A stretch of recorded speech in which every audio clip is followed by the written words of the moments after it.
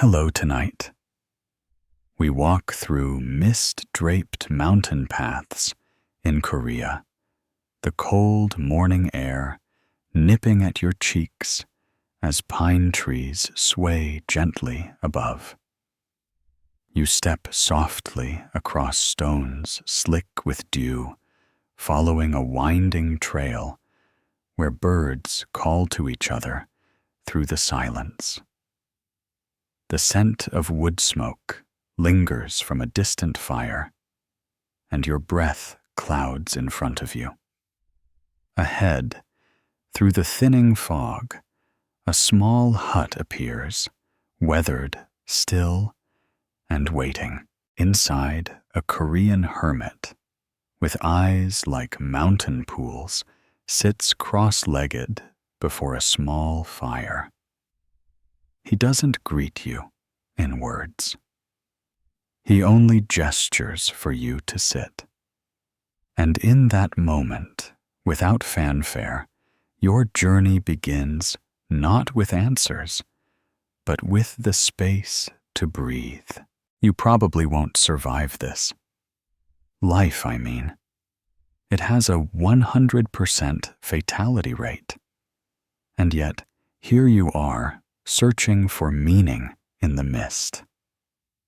So, before you get comfortable, take a moment to like the video and subscribe, but only if you genuinely enjoy what I do here. And I'd love to know, where are you listening from tonight?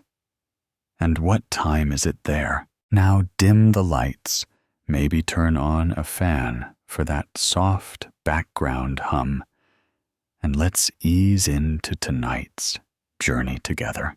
The hermit leans toward you and whispers, "Just this breath." You glance at him, waiting for more. Surely there's a deeper teaching, some profound wisdom wrapped in riddles. But no. He sits back, watching the fire flicker. You inhale. You exhale. And again. The cool mountain air fills your lungs. You feel your shoulders drop, your jaw unclench. Just this breath, no mantra, no chants, just the quiet miracle of breathing. The simplicity rattles you more than you expect. It feels too small, too gentle to be spiritual. But the hermit seems to hear that thought as if you'd spoken. He smiles and picks up a bamboo flute. No tune, no performance, just one long, soft note drifting into the mist. A dragonfly lands on the windowsill, and in that fragile stillness, your mind briefly lets go of its tight grip. Life is swept away by the flood of death, the Buddha once said. But the wise who listen to the breath are not carried off. That sentence floats up in your memory, or maybe the hermit whispered it. You're not sure anymore, but it plants something in you. A pause, a recognition. The fire crackles. The tea boils. Outside, fog swirls between the trees. Nothing is urgent, not even your thoughts. The hermit finally speaks again, this time with a short story. A man ran through a forest, chased by a tiger. He came to a cliff, clutched a vine, and dangled above a rocky drop. The tiger snarled above. Below, more tigers waited. Then the man saw a ripe strawberry growing beside him. He picked it. He ate it. How sweet it tasted. You laugh quietly. Not because the story's funny, but because it mirrors your life more than you'd like to admit. Always caught between what's behind you and what you fear is ahead. But right now, this breath, this strawberry, this silence might be all you actually need. Most people, the Hermit says, live outside their breath, like ghosts chasing clocks. You feel that too. The emails, the deadlines, the self-doubt, the constant scroll of your phone screen. How many breaths have you missed today? 100, 1,000. Each one a quiet invitation ignored. There's a wooden bowl beside you, filled with river stones. The Hermit reaches in and hands you one. Smooth, rounded, cool to the touch. Each breath, he says, is like this. Simple, solid, real. You don't have to add anything to it. You hold the stone in your palm and feel it warming to your skin. You breathe in again. The world doesn't disappear, but your urgency does. There's space now. Room to be here. The Hermit closes his eyes. You follow. And time stops ticking. Just inhale. Just exhale. It's not perfect. Your mind jumps around. Did you forget to send that text? Did you lock your front door? What if you're just wasting your time here? But the breath keeps coming gentle as a tide. No effort. No need to fix anything. You remember a friend once asked, "Isn't meditation just sitting around doing nothing?" But now you're not so sure. Doing nothing has never felt this full.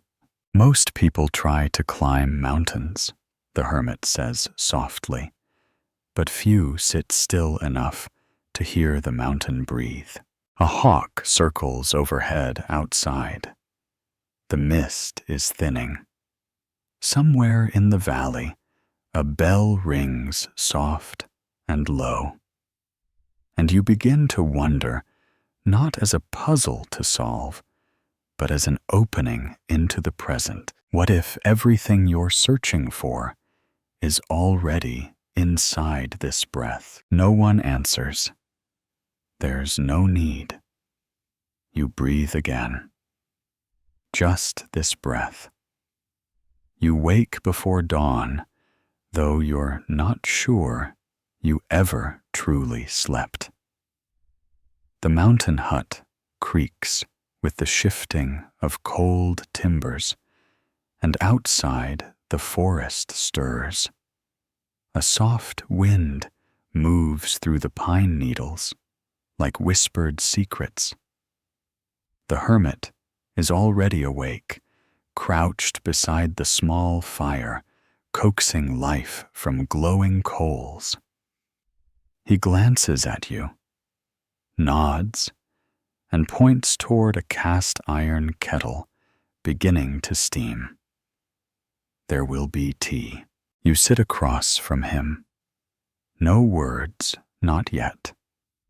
Just the soft sound of steam curling from the spout, the crackle of flame, and the warmth spreading through the room in gentle waves. Your breath fogs slightly in the cool morning air, and the scent of roasted barley rises as the tea steeps. The Hermit lifts 2 small ceramic cups, their surfaces worn from years of use. No mismatched mugs here, no clever slogans, just earth heat, and time. He hands you one. You wrap your hands around the cup. It's hot, too hot, to drink right away, and so you wait. Not because you're told to, but because it makes sense. There's no rush here. The tea will cool when it's ready. This is impermanence, the hermit says quietly, as if reading your thoughts. Even tea changes. You think you're waiting for it, but it's moving too.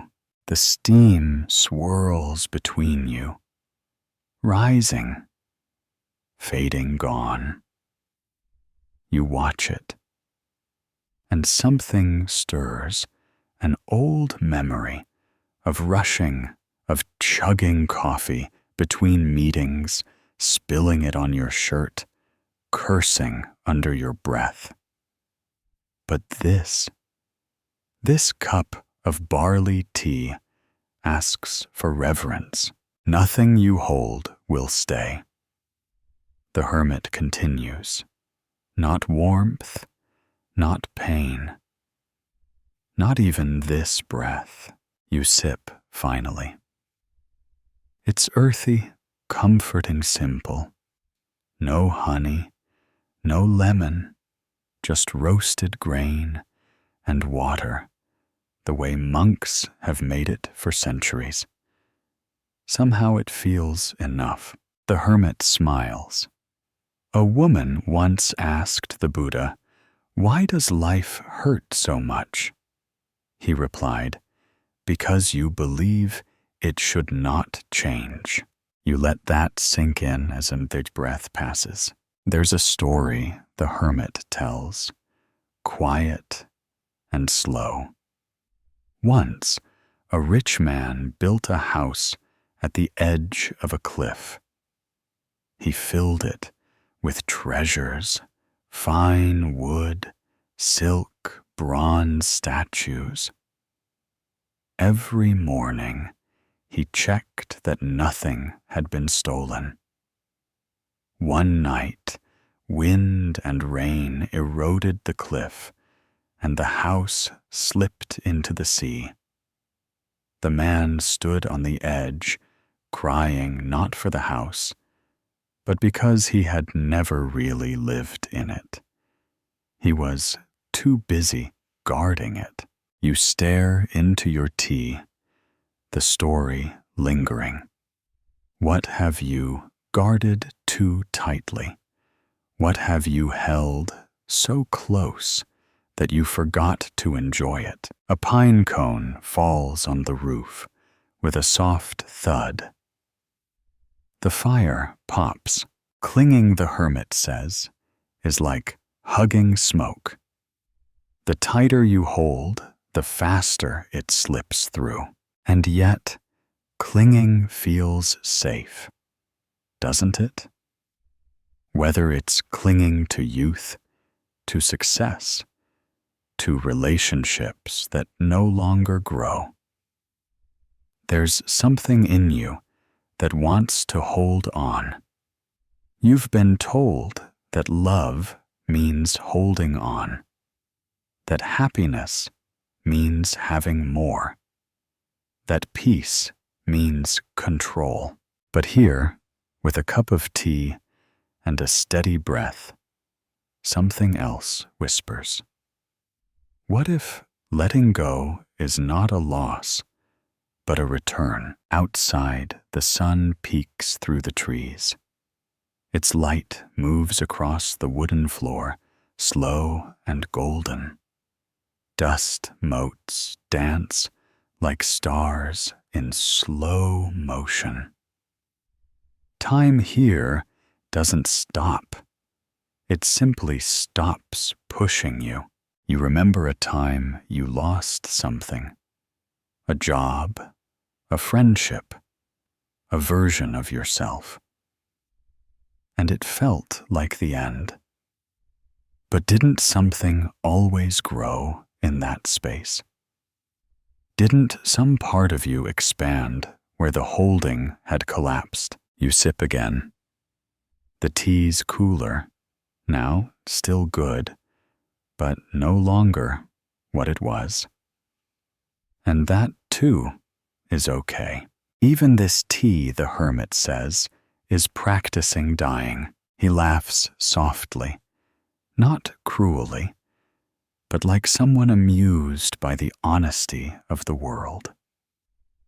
You smile, because in this moment, death doesn't feel grim. It feels appropriate, a rhythm, not a punishment. He leans closer, pointing to the bottom of your cup. See how it empties. Everything does. But that's what makes it possible to be filled again. You nod, not because you fully understand, but because something inside you relaxes when you stop trying so hard to. The hermit tosses a few pine needles into the fire. They sizzle and crack, releasing a sharp, sweet scent into the room. He closes his eyes. You do the same. Breath in, breath out. The tea in your belly, the warmth in your palms, the sun inching across the floorboards. No lecture, no sermon, just a life quietly reminding you what it is. And then the question arises, not from the hermit, but from the space between things, the kind that floats like steam, and then disappears before you can name it. What do you cling to that is already gone? You breathe. You don't need the answer tonight. You only need the space to ask. The hermit pours the last of the tea into his cup.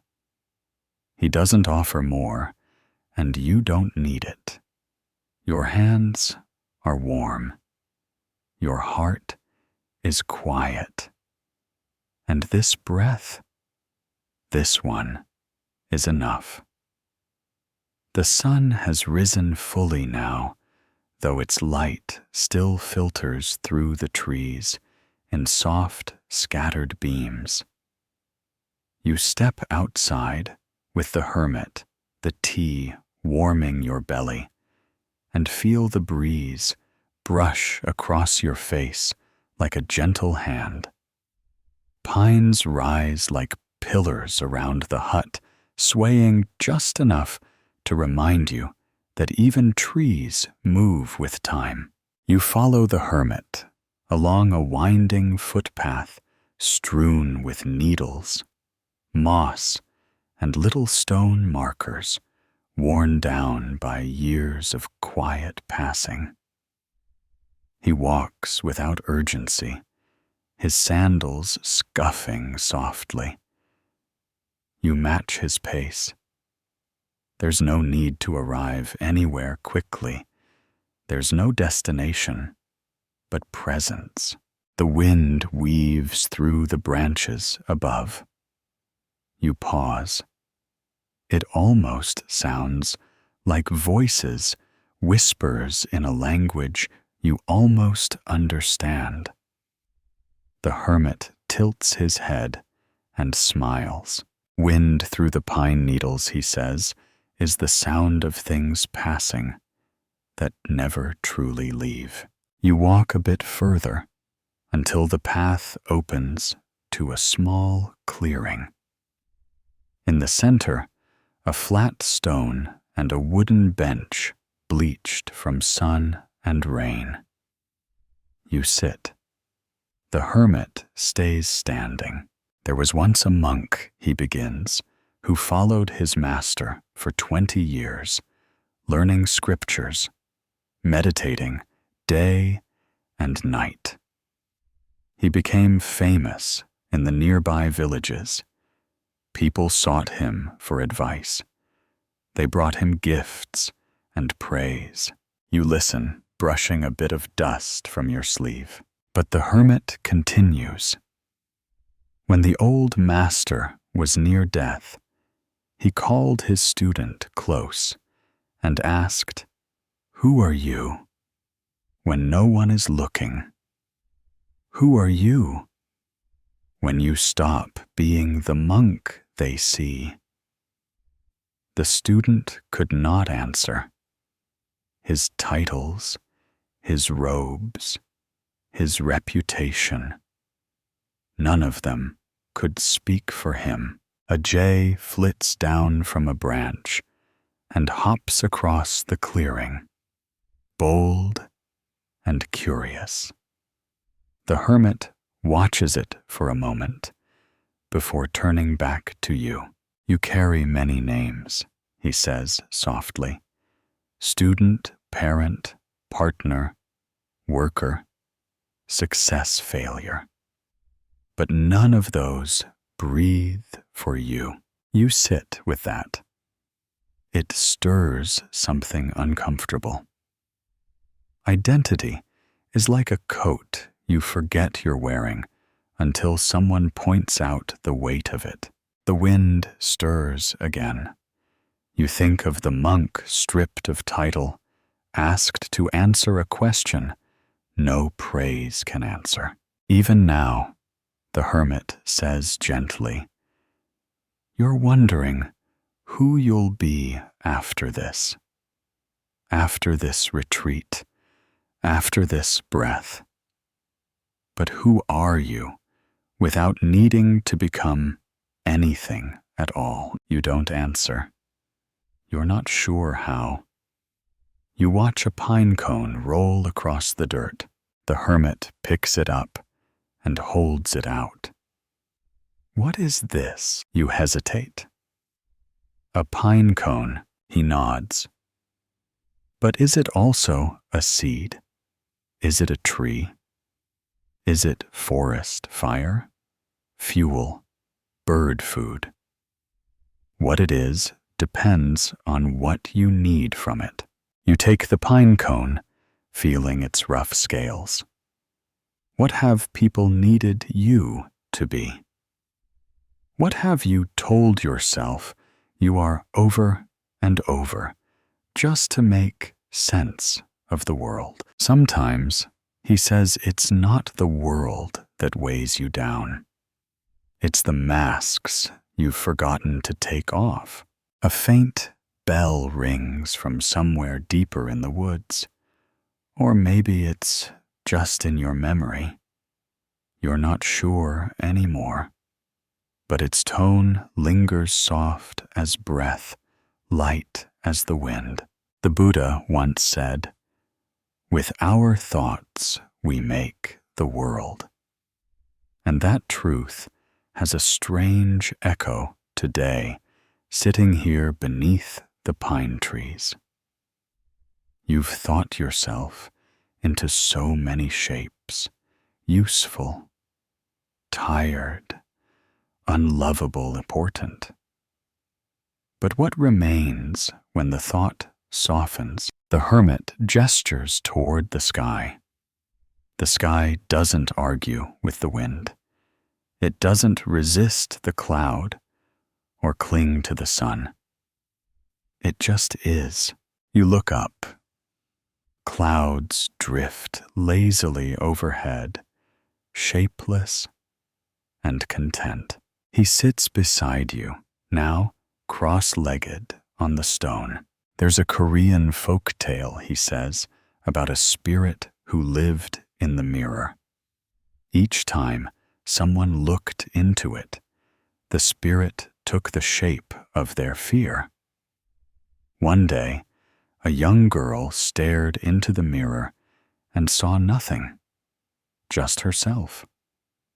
No fear. The spirit disappeared. It had no shape without her belief. You smile a little. The lesson lands quietly. You close your eyes. The wind brushes your cheek again. Who are you? Without the name they gave you. without the job title, without the worry you carry.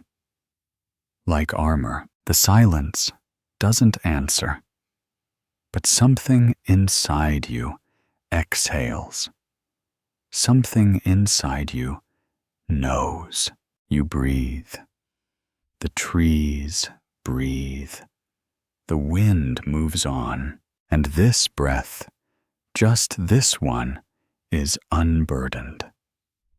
Evening falls gently over the mountain. Shadows stretch long between the trees, and a soft orange hue settles over the clearing like a shawl of quiet. The hermit moves slowly now, as if every gesture is part of some invisible ritual, pouring water into a clay basin, lighting a single oil lamp that casts warm, flickering light onto the walls of the hut. He holds out a small rice bowl. It's cracked near the rim, a jagged line running from edge to center, sealed with a golden lacquer. You take it carefully. Moonlight looks best on broken things, he says with a soft chuckle, placing a bowl of rice and kimchi beside you.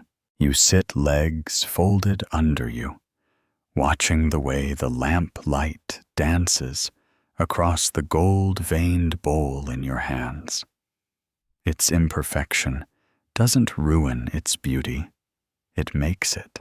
This bowl, the hermit says, has served for 50 years. It has carried hot soup, cold water, offerings to ancestors. It cracked once, yes, but now it holds its own story. That line that break is where the light returns. You eat in silence for a while. The rice is simple, plain, even, but nourishing. The kimchi burns just a little, waking up your senses. Outside, a cricket begins its night song. The wind quiets. Then the hermit begins voice low. A long time ago, a monk carried a crystal bowl, perfect clear, flawless. He prized it above all else, polished it daily. But one morning, he tripped on a stone path, and the bowl shattered. He pauses, letting that image sit in the air between you. Another monk passed by, saw the mess, and said only this, "Now it can't be broken again." You feel something shift in your chest. A laugh, maybe, or a sigh that never made it out. The bowl in your hands, that quiet crack edged with gold, seems to gleam a little more in the lamplight. The hermit pours a cup of barley tea and sets it beside you. People think emptiness means loss, that to be empty is to be broken or lonely or poor. But emptiness is also the space that holds everything. He taps your bowl lightly with a wooden spoon.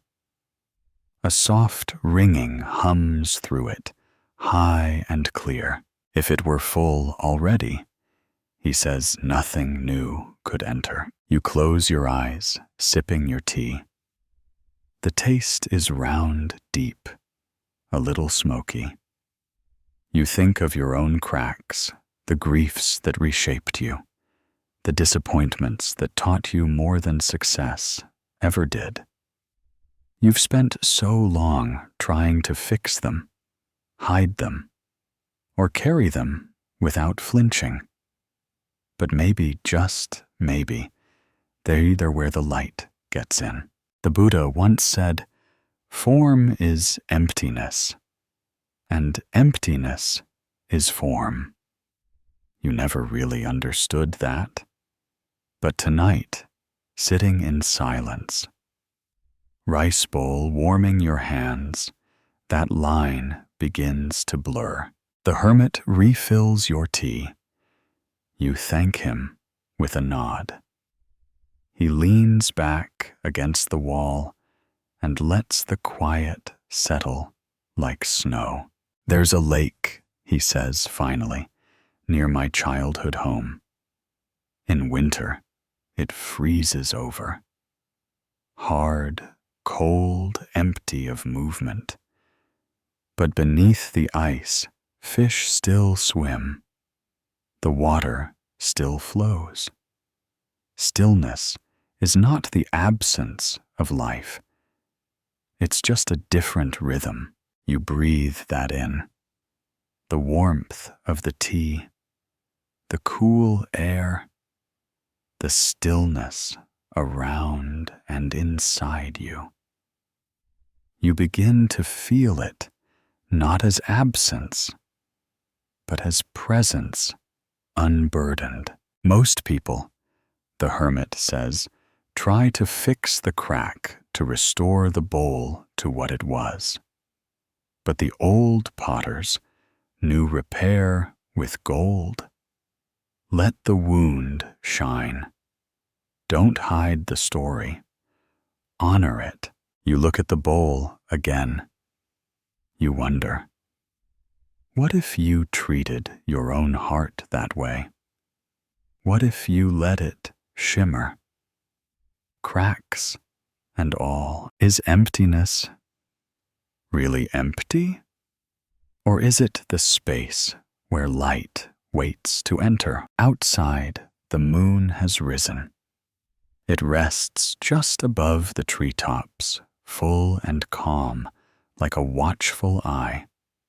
The light spills into the hut, bathing the floor, illuminating the worn wooden grain and the sleeping form of a moth clinging to the door frame. The hermit closes his eyes. You mirror him. And in the silence that follows, you feel no lack, no rush, no role, no story louder than this breath. Just a bowl, a moonbeam, and the space between thoughts. Just the room to be. Night has deepened. The world outside is cloaked in velvet dark, yet every sound is sharper, more honest. Crickets sing their patient chorus, a soft wave rising and falling across the valley. Somewhere in the woods, a distant owl hoots once, and then silence settles again, like a blanket drawn over tired shoulders. You sit with the hermit in the small hut. The fire is now just a soft orange glow, hardly a flame. Just breath, warm embers, murmuring their last heat.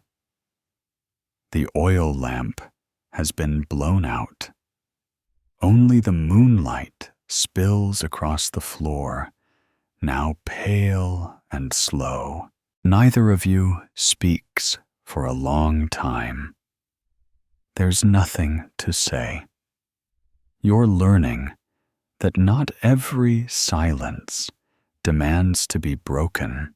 The hermit's eyes are closed, his face still, his breath almost imperceptible. You wonder if he's asleep. Then, without moving, he speaks. Can you hear it? You listen. At first, just your own thoughts jostling around like spoons in a drawer. But then, between them, a kind of silence so complete It feels like sound, not absence, but presence, silence. Between the crickets, the hermit says, is where the mind goes when it forgets to talk. You don't reply. You just listen again. He reaches into a cloth pouch beside him and pulls out a tiny bell. It's ancient.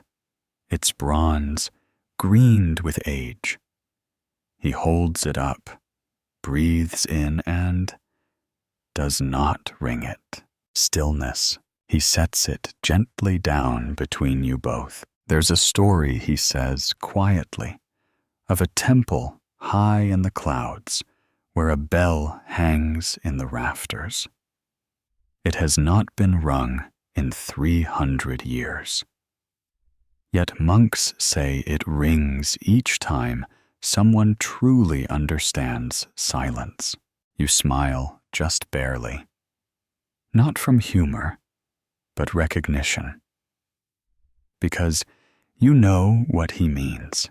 We often mistake silence for emptiness, for boredom, for waiting. But what if silence is the moment the world listens back? The hermit continues his voice like rustling leaves. The Buddha once said, "Better than 1,000 hollow words is one word that brings peace." But even better, perhaps, is the space between words, the space that holds peace itself. You watch the embers fade, and remember every time you've filled silence with nervous chatter, background music, scrolling through noise. Maybe you weren't afraid of silence. Maybe you were afraid of what you might meet inside it. The hermit shifts, reaching for a small lacquered box near the wall. He opens it carefully and removes a thin parchment scroll, yellowed and frayed. He doesn't unroll it. He just holds it in both hands. This was written by a monk who took a vow of silence. For 40 years, he says.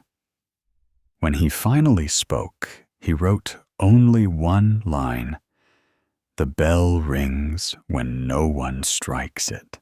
You look at the scroll, you look at the bell, you listen, you breathe. The wind moves outside, brushing the trees like a hand through hair. The sound is soft, steady, round. You're waiting for something to happen, the hermit whispers. But something already is. That hits you, not like a bolt, but like a drop of water, slowly soaking in. You realize how often you treat the present as a prelude, the breath as a bridge, the silence as something to get through. But right now, this moment is complete. Untidy, yes. A little mysterious, but whole. He lights a single stick of incense. The smoke curls upward in lazy spirals, fragrant and slow. It dances and dissolves. You watch, hypnotized. The hermit's eyes twinkle as he says, "A man once went to a Zen master and asked, 'What is the sound of truth?' The master replied, 'The scent of incense as it disappears.' You close your eyes. Your breath slows without you trying. You listen, not just with your ears, but with your skin, your bones, your stillness. And in that silence, you ask yourself, can silence speak louder than sound? There's no reply. But you don't need one. The question is enough. The question is the bell ringing in its own way. You and the hermit sit in the deepening hush, the crickets weaving their song again, the incense fading into shadow. And beneath it all, beneath the chirps, the breath, even the thoughts, there's a stillness so wide, so open, it feels like being held. Just this, just now. No striving, no noise, no need. Only the bell that does not ring, only the breath that doesn't speak, only the silence that somehow says everything. The first leaf falls while you're sweeping the temple courtyard. Just a whisper of motion, a flutter, and it lands silently near your foot, golden, brittle still. You pause, broom in hand, and look up. The trees are just beginning to shift. Their green edges blush with the first hints of autumn. The air smells sharper today, less of warm bark and more of cool stone. The sun hangs lower in the sky, casting long shadows even in late morning. The hermit walks past you, slowly holding a small bundle of kindling. He stops, sees the leaf, and smiles. They're beginning to let go, he says. Without regret, he places the wood gently beside the fire pit and sits on a smooth rock nearby, motioning for you to join him. As you settle down beside him, another leaf detaches from its branch. You both watch it spiral gently, then land among its kin. You think they fall because they're dying, he says, but maybe they're just going home. He leans forward and picks up one leaf, holding it between thumb and forefinger. There's a story about a leaf who clung too long. He held to the branch even as frost came. The others let go with grace, but he was afraid. He thought he was giving up. Until one night, the wind came, not cruel, not angry, just certain, and he finally let go. As he drifted down, he whispered, "Oh, so this is what it's like to fly." You laugh gently, not because it's funny, but because your heart recognizes the truth of it. You've held on too long to things too. Relationships that outgrew their tenderness, dreams that became burdens, self-images that never really fit. And every time you let go, there was pain. Yes, but also space. The hermit offers you a roasted chestnut, warm and earthy. You bite in and savor its softness. We forget, he says, that letting go is a natural movement. Even your breath lets go every time you exhale. You pause. That's true, isn't it? You've never thought of it that way. Breathing out is never punished. It's never mourned. It's welcomed. It clears the way for the next breath. The Buddha once said, Just as a snake sheds its skin, we must shed our past over and over again. But how often have you gripped your skin tight, convinced it defined you? A breeze picks up, rustling the trees. Dozens of leaves lift and tumble downward, covering the stones in gold. They don't fall in fear, the hermit says softly. They fall in trust. You think about trust, about what it means to release something without a guarantee of what will come next. Trust doesn't mean having a plan. It means breathing anyway. He gazes out at the fluttering trees. The tree doesn't cry for what it loses. It rests. It waits. It doesn't cling to being green. It allows its bare branches to be enough. You take another breath. Let it go. Again. It feels easier this time. You remember a memory, old, buried, of standing at an airport holding someone you loved. Both of you, crying. Both knowing goodbye was the right thing. That moment felt like breaking. But maybe like the leaf you were learning to fall. The hermit reaches into his sleeve and pulls out a tiny scroll. He opens it and shows you a hand-drawn image, a single leaf mid-air, its stem curled gently as though waving. It was a gift from a child, he says. She drew it the morning her grandmother died. I asked her what it was. She said, "That's my grandma, going to the next season." You don't cry, but your chest aches sweetly like a tight knot loosening. The wind rises again, playful, cool.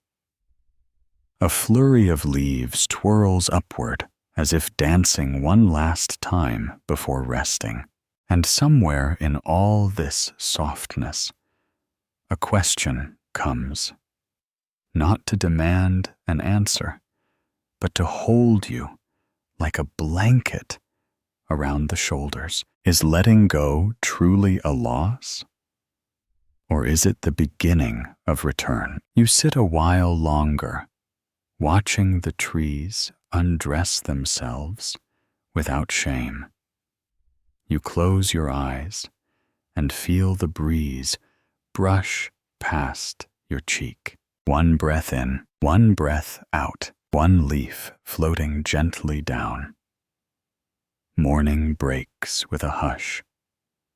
Mist curls around the treetops like silk, and the air smells faintly of cedar and wet stone. The path beneath your feet is damp soft from last night's rain. You walk alongside the hermit, each of you carrying a small woven satchel filled with rice and sweet potatoes for the midday meal. Neither of you has spoken yet, and that silence feels right, like the world has whispered, "Let's begin this day gently." You pass a fallen log slick with moss and cross a narrow bridge of uneven stones. Each step demands attention. Not perfection, just care. The hermit's steps are light, almost playful, like he's dancing with the earth. Yours are heavier, still thinking, still calculating.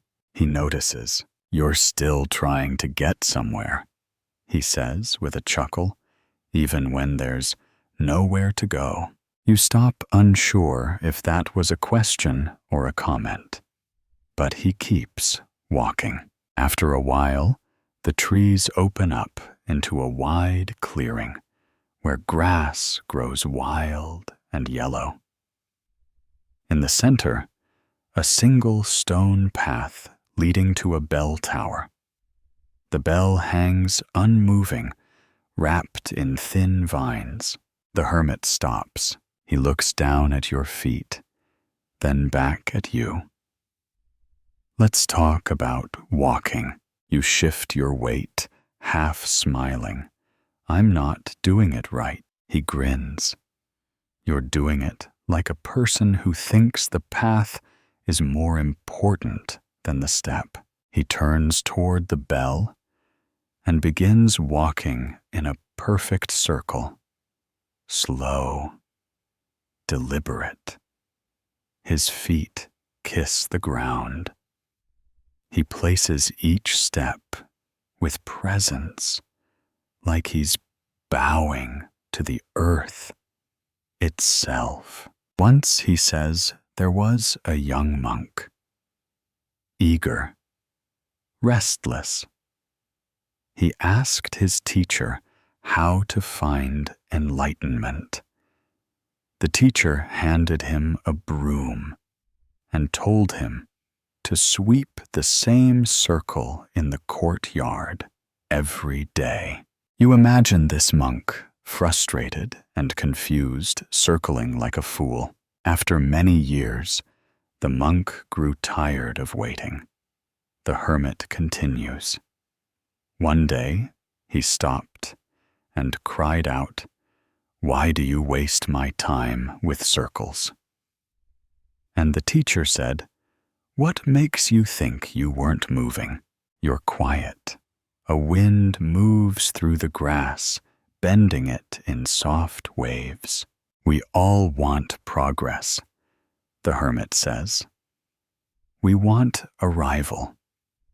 But the world is made of circles. The moon, the seasons, the breath, even the bell. He nods toward the bell tower. You step toward it, feeling the weight of his words. The circle you walk in your mind, rushing toward something, running from something else. Always judging if you're getting anywhere. The Buddha once said, "If you are on the path, no step is wasted."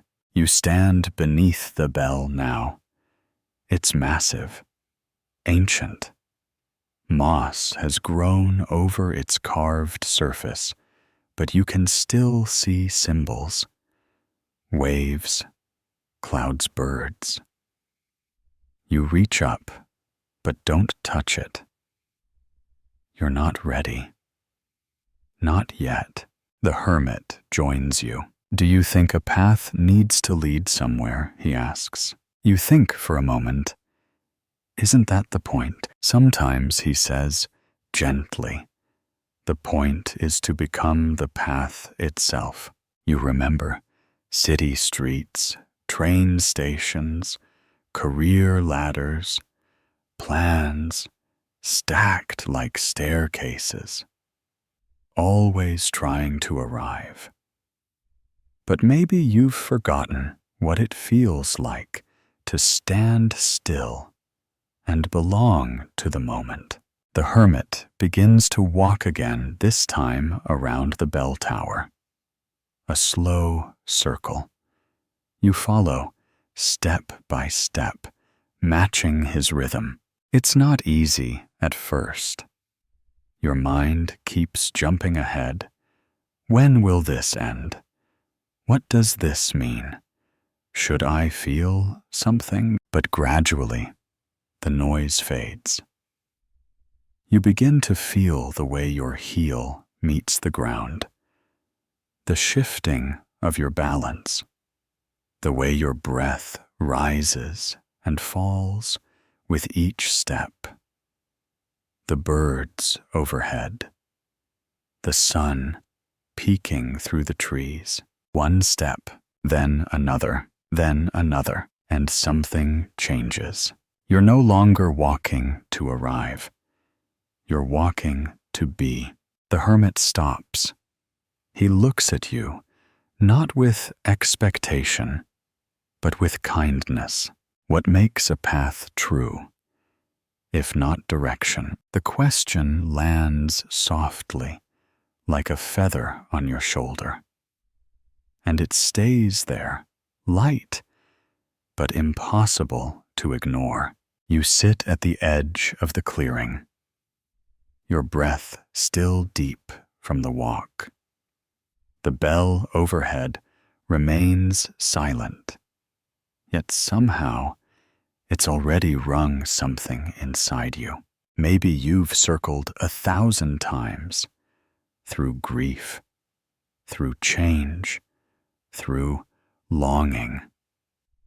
And maybe every step mattered even when you felt lost. The hermit sits beside you, stretching out his legs like a contented old cat. You're learning, he says, not to move toward peace, but to walk with it. You don't answer. You just smile and breathe and feel the earth beneath you. Say, here. Now. Enough. The sky is pale with morning when the hermit hands you a bucket, wooden bound in old iron. It sloshes slightly with each step as you follow him down a narrow path toward a nearby stream. The dew on the grass kisses your ankles, and somewhere in the branches above, a squirrel scolds you as if guarding a secret stash of pine nuts. You don't ask questions. You're beginning to learn the rhythm. Here, just follow. Just breathe. Just do. The hermit hums as he walks an odd little tune that loops like the circles he walked yesterday. No lyrics, just sound woven from stillness. At the stream he kneels. You do the same. The water is shockingly cold, crisp as mountain wind. You plunge the bucket beneath the surface and watch the bubbles rise as it fills. The sound is satisfying, whole, real. Carrying the full bucket back up the slope is harder than it looks. Your arms ache. The water splashes against your legs. The wood creaks. But the hermit doesn't offer help. He just walks ahead with his own load, barefoot and humming. Back at the hut, he sets his bucket down and picks up an axe. No lecture, no warning. Just thunk. Wood splits clean in two. He motions for you to try. You've never chopped wood. Your first swing misses. The second bounces off. He doesn't correct you, just keeps stacking the pieces he's already done. Eventually, you split one, then another. You lose count. Your breath gets heavy. Your shirt clings to your back. But a strange joy creeps in. There's no goal here. Just rhythm. Just breath. Just wood. After a while, you sit down, sweating, panting, smiling. The hermit passes you a cool cup of water from the bucket. So he says lightly, "What have you accomplished?" You shrug. "I chopped wood," he nods. "And what else?" You pause. "I don't know. I worked. I breathed." Exactly, he says, as if you've just recited scripture. Chop wood, carry water. That's the whole thing. You blink, waiting for the rest. But there is no rest. That is the teaching. There's a story, the Hermit says, of a disciple who begged the Buddha for enlightenment. The Buddha asked, "What do you do each day?" The disciple said, "I cook rice, I sweep, I bow." The Buddha smiled and said, "Then keep cooking, sweeping, bowing. Enlightenment is already there. You lean back against a tree, letting your heartbeat slow. Birds chatter in the canopy above. A breeze passes, and with it the faintest scent of cut pine. For the first time in a long time, you're not thinking about what's next. You're not seeking transcendence. You're not fixing anything. You're just living. The hermit sits beside you with a bowl of rice and offers you half. You eat together in comfortable quiet, the way old friends do. The rice is plain but perfect. He points to the stream below, glinting in the morning sun. It never hurries, never questions, just flows. Then he taps his chest. So should you. The Buddha once said, "The mind is difficult to train swift and wandering, but tamed, it brings and provides great joy." You realize as you chew your simple meal that this is the taming, not control, but care. Not striving, but attention. A life made sacred not by intensity, but by intimacy with the ordinary. Later, as you carry the firewood inside, your steps are slower. Not because you're tired, but because you're here. With each footfall, you whisper silently, "Chop wood, carry water, just this." And suddenly, the chores aren't chores. They're prayer. You remember a time years ago when you thought meaning had to be grand. A published book, a perfect relationship, a flawless body. Now you see it might be the rhythm of breath while washing rice, the heat of a teacup in your palms, the weight of a bucket drawn from a clear stream. What is sacred about repetition? The hermit doesn't ask it aloud, but the question rests in your body like a stone smoothed by water. You don't need an answer. You just feel its shape. That night, you fall asleep quickly. No mantras, no thoughts buzzing around. Just the echo of footsteps on a dirt path, the creak of the bucket, the soft thunk of splitting wood, and the deep, deep silence of nothing needing to happen except what already is. The day begins with a pebble, not a dramatic obstacle, not a boulder blocking your path, just a tiny stone caught inside your sandal. You don't even notice it at first, just a slight discomfort.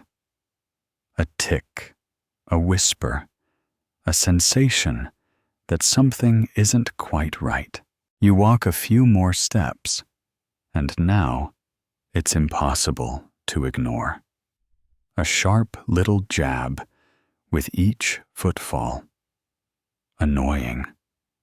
Persistent. You stop and slip off your sandal. The pebble is barely bigger than a grain of rice. You hold it between your fingers, amused. How did something so small cause that much disruption? The hermit, watching you from up the trail, nods approvingly.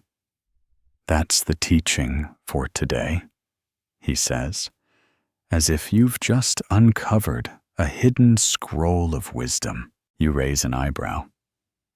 The pebble, he smiles. Awareness. You walk together again now, barefoot.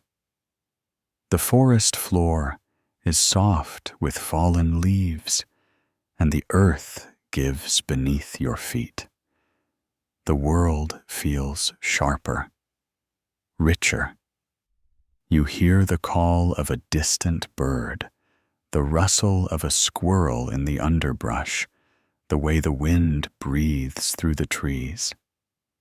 And you feel each step fully. Most people only notice what screams, the hermit says. But wisdom whispers. You think about that little stone, about how much of your life is shaped not by catastrophes, but by small things you barely notice. A thought you believed without question, a habit you never examined, a quiet tension in your shoulders that's always been there. There's a parable the hermit says about a man who woke each morning with a headache. He tried herbs massage prayer. Nothing worked. One day a monk visited and noticed the man's pillow had a single metal nail poking up through the cotton. The man had never checked. He'd accepted the pain as normal. You walk in silence, the story sinking in. The Buddha once said, "What you frequently think and ponder upon becomes the inclination of your mind." How many pebbles have you stepped over without noticing? How many invisible nails have you slept on? The hermit stops beside a creek. You sit with him on a flat rock warmed by the afternoon sun. The water glides past smooth and cold, carrying leaves and small twigs. He hands you a cup made from a hollowed gourd and dips it into the stream. You drink. It tastes clean, alive. He says awareness is not force. It's attention without judgment. You look at your hand holding the gourd, the little scar on your thumb, the lines in your skin. You breathe in and feel your ribs expand. You breathe out and feel a tightness melt from your chest you hadn't even realized was there. How much of your life have you spent distracted from what was quietly hurting? You remember days spent working through headaches, snapping at loved ones, without knowing why. Ignoring that tug in your gut when something felt wrong. You chalked it up to stress, or exhaustion, or other people, but maybe it was a pebble. You look over at the hermit. He's watching the creek, eyes, soft hands, resting on his knees.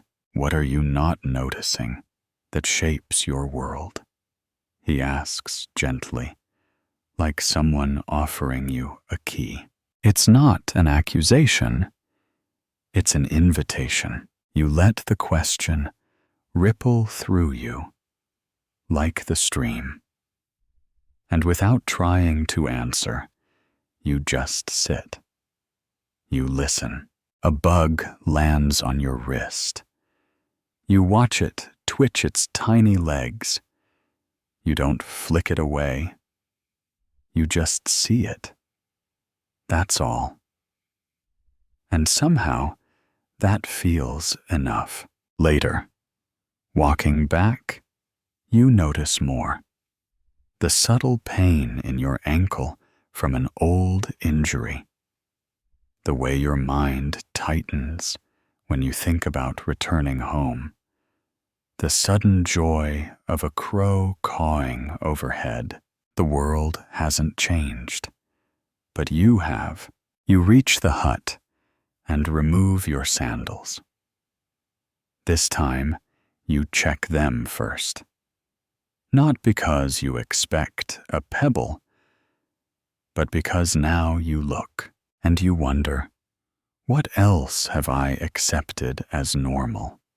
Simply because I never paid attention. You sit outside with a bowl of rice, watching the sun dip below the tree line. The breeze lifts your hair. Somewhere in the distance, a deer moves through the brush, and you feel the rise and fall of your breath, fully, lovingly. There is no urgency, no answers, just the soft recognition that awareness is enough, just this breath, just this step, just this moment. A thick fog rolls in overnight, muffling the world, like a cotton blanket draped across the mountain. When you wake, even the trees seem to stand closer together, their outlines blurred, softened by mist. The hut looks smaller in the gray light, as if it's drawing into itself for warmth. Everything is quieter today, quieter and closer. The hermit hands you a lantern, delicate, made of paper, stretched over a thin bamboo frame. Inside, a stubby candle waits to be lit. Come, he says, already walking. You follow the unlit lantern, swinging gently from your hand. The path is unfamiliar now, changed by the fog. What was once a wide view is now a narrow tunnel, only a few steps visible ahead. You walk slowly, each footfall, careful, listening for the crunch of gravel, the hush of pine needles. There were travelers. The hermit begins lost in a dense forest. One man had a torch that burned bright and fast. Another carried a simple paper lantern. The one with the torch sprinted ahead only to trip over roots and vanish. The one with the lantern moved slowly, but his light lasted all night. You glance at the lantern in your hand, still unlit, fragile. The light you carry, the hermit says, doesn't need to burn others to guide your way. You stop and light the candle. The flame flickers to life, golden and shy within its paper home. Around you, the fog glows softly, the path appearing step by step. Not far ahead, but just enough. That's all you need. There's a kind of compassion. The hermit continues, that isn't loud. It doesn't shout wisdom or shine like lightning. It just stays. Soft, steady, close. You walk together, like that, side by side. Lantern, swinging fog, folding around you. The world shrinks to what you can hold and feel and see right now. And somehow, that's not frightening. It's comforting, like walking in a dream where nothing needs to be explained.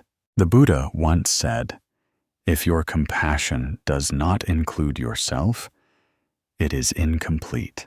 You think of all the times you lit torches for others, burned your energy too brightly, trying to guide, to help, to fix. Times you gave until you were empty, chasing the illusion that love must exhaust us to be real. But sometimes, the hermit says the kindest thing is to walk slowly, to shine gently, and to rest when you're tired. You reach a small shrine nestled beneath an ancient tree. The stones are covered in moss. The offerings faded, half-melted candles, dried fruit, a feather tucked carefully into a crevice. You place your lantern beside it. The light glows warm in the fog, not illuminating the whole forest, but painting the shrine with a hush of gold. Someone lost their way here, once the hermit says. So another came and left this light, not to rescue, but to remind you are not alone. A sparrow flutters down, lands on the shrine, and tilts its head, watching, curious. Then, just as quickly, it's gone. You sit for a while, beside the shrine knees, tucked to your chest, watching the fog curl around your feet. And for once, you don't try to see farther than what's offered. You don't rush. You don't fix. You just stay, and something inside you begins to soften. The part that feels like it's always behind. The part that wants to be enough loudly. The part that forgets that light doesn't need to dazzle. It only needs to show the next step. There's a silence here that holds you gently. The kind of silence that hums with presence, with care. How do you light the way for others without dimming yourself? The question is like a hand resting on your shoulder, steady, not heavy. You pick up the lantern again and begin the walk back. You move slowly, carefully, your small circle of light floating ahead of your feet. The mist is still thick, but your fear is gone. You're not lost. You're just walking a path you can trust one step at a time. At the hut, you place the lantern by the door. The candle burns low now, its light quieter, but still alive. The hermit bows. You bow back, and as you prepare for sleep, your body wrapped in the quiet of you and flickering flame, you feel the warmth of something new, not a fire to fight the darkness, but a glow that welcomes it, a soft, steady light. The fog lingers into the next day, heavier, now thicker, like the sky has pressed closer to the earth. You step outside, and your breath curls into it, disappearing instantly. Every sound is muffled, blurred around the edges. It's the kind of day where voices seem to echo before they're even spoken. The hermit stands at the edge of the clearing with a bundle of firewood in his arms. He doesn't move when you approach. He just tilts his head and says, "Say something." You hesitate. Then softly, "Hello." The word disappears into the mist, swallowed instantly. The hermit smiles. "Now listen." You wait. A moment later, just faintly, you hear it. Your voice returning from somewhere beyond the trees. An echo. Gentle, stretched, ghost-like. "That's karma," the hermit says. You blink. "My echo," he nods. Every word you speak, every action is a ripple. It doesn't end where you leave it. It comes back. Always. You both begin walking deeper into the trees, the ground soft and damp beneath your feet. The fog moves with you. It gives the illusion of isolation, but the echoes remind you the world is listening. There was a man, the hermit begins, who lived alone on a mountain and shouted into the valley every morning, "The world is cruel." And every morning the valley shouted back, "The world is cruel." One day, tired of his own bitterness, he tried something new. He whispered, "Thank you." And the valley returned, "Thank you." You smile. You've felt it before, how moods spread in a room, how your tension becomes someone else's discomfort, how kindness, even quiet kindness, ripples outward. The Buddha once said, "All that we are is the result of what we have thought. The mind is everything." You stop on a narrow footbridge, crossing a shallow ravine. Beneath a stream winds through stones like silver thread. You call out once more, "I am here, I am." A pause. Then very faint, softer, "Still, I am here." The hermit leans on the railing beside you. Most people throw their pain into the world and wait for healing to return. You're quiet for a long moment, watching leaves float downstream. He continues, "But what if you offered healing first? What if your presence became the kindness someone else was waiting for?" You think of your relationships, your family, your co-workers, the friend who drifts more and more each year. You think of how often you waited for others to change before softening your own stance, how often you mirrored anger, and how rarely you offered the echo you wished would come back. You glance at the hermit. "Does that mean everything that comes to me is my doing?" He shakes his head. "No. But how you meet it, that's yours. You let that settle." Back at the hut, he hands you a small wooden tablet with soft brush calligraphy carved into the surface. It reads, "Speak," as if the valley is listening. You place it gently on a shelf above your sleeping mat. Later that afternoon, while washing rice in a wooden bowl, a thought returns to you. One you hadn't expected. A small, sharp memory of something you said in anger years ago. A moment you'd dismissed, forgotten, even justified. But now in the quiet, it returns like an echo, asking not for shame, but for awareness. You pause. The rice water ripples.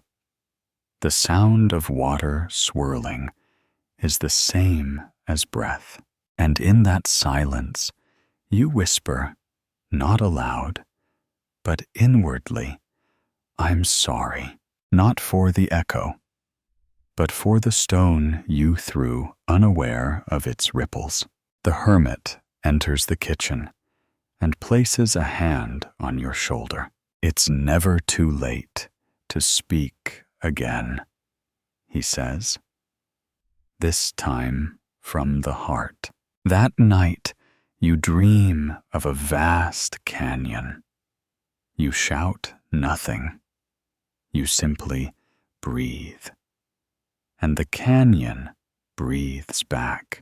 What are you sending out into the world, even in silence? When you wake, the fog has lifted. But the lesson stays echoing softly in your chest with every breath. The fog has given way to sunlight, thin, golden, and curious, like it's peeking through after a long nap. Dew clings to everything, the grass, the roof of the hut, the stones on the path.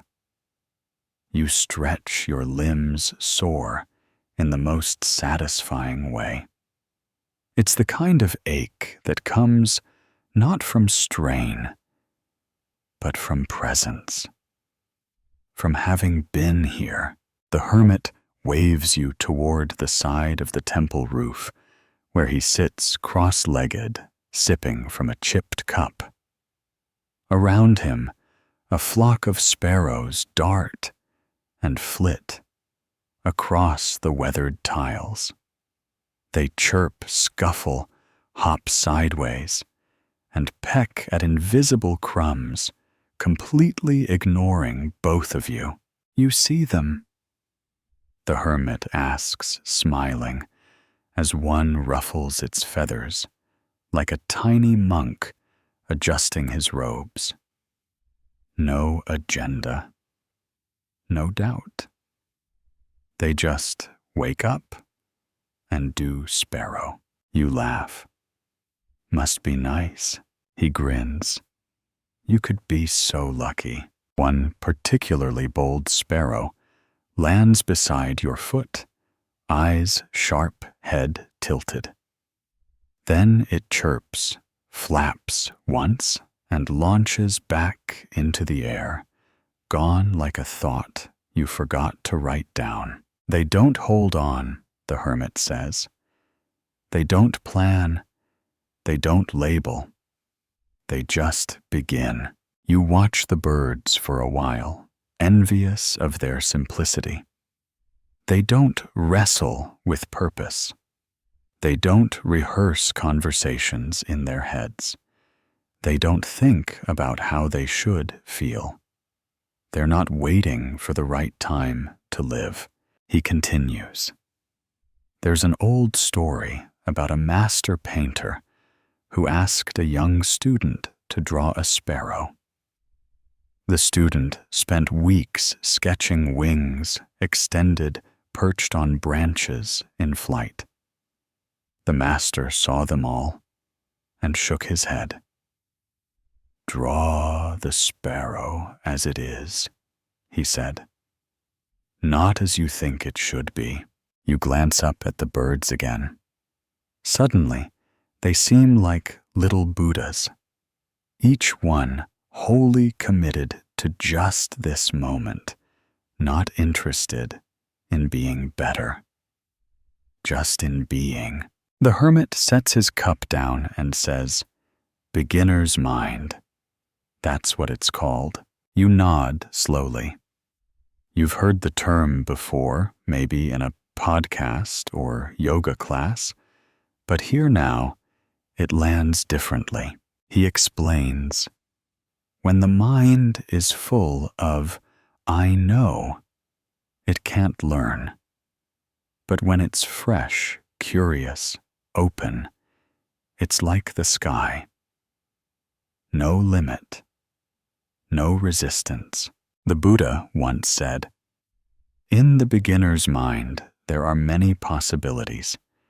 In the expert's mind, few." You sit with that for a while. You think of how many times you've stopped yourself before even trying because you already decided you'd fail, or assumed you'd look foolish, or told yourself it was too late. What if you let go of knowing just for today? The sparrows aren't worried about mastery. They don't care if they've flown perfectly. They just go. You turn to the hermit. "So how do I start over?" He doesn't answer right away. Instead, he stands, brushes dust from his robes, and walks into the hut. He returns with a thin brush, black ink, and a single sheet of paper. He places them in front of you and says, "Write the word now, but pretend you've never written it before." You stare at the blank paper. The brush is light in your hand, the ink bold and final. You hesitate, and that, you realize, is the point. Eventually you write it. The brush curves strangely. The lines are imperfect, but the word is true, honest, a little wobbly, but alive. The hermit looks and nods. You remembered how to forget. You smile. The sparrows land again nearby, pecking at breadcrumbs someone must have left long ago. Can you meet this moment as if for the first time, not with expectation, not with old beliefs, but like a sparrow, landing on an unfamiliar rooftop, just curious enough to stay, just free enough to fly away again. Later, while sipping warm barley tea, you look at the page again. Now, it's not just a word. It's a door. A directionless compass pointing inward. The day moves on. The sparrows come and go. The sky widens. And somewhere deep inside you, a question you've carried for years begins to loosen its grip. There is no right way to fly. There is only the sky. Rain arrives quietly, as it often does here, first in scent, then in sound. You wake to the smell of wet stone and pine, and the soft pattering against the roof, like someone drumming with fingertips.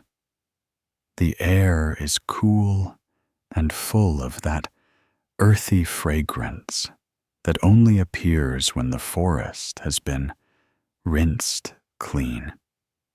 You stay under your blanket for a while, watching the shadow of tree branches sway gently on the hut's paper wall. Eventually, you sit up, stretch, and step outside. The courtyard is slick with rain, the stones gleaming like polished obsidian. A puddle ripples as a drop falls in. Another follows, and then another. The hermit is already outside, seated at the top of the temple steps, wrapped in a brown cloak. He doesn't seem to mind the rain soaking the hem of his robe. He's just there. You sit beside him without a word. The rain falls softly, steadily. No drama, no rush. Just presence. It doesn't demand your attention, yet you can't ignore it. It's like the breath, simple, sacred, and always arriving. Rain never hurries.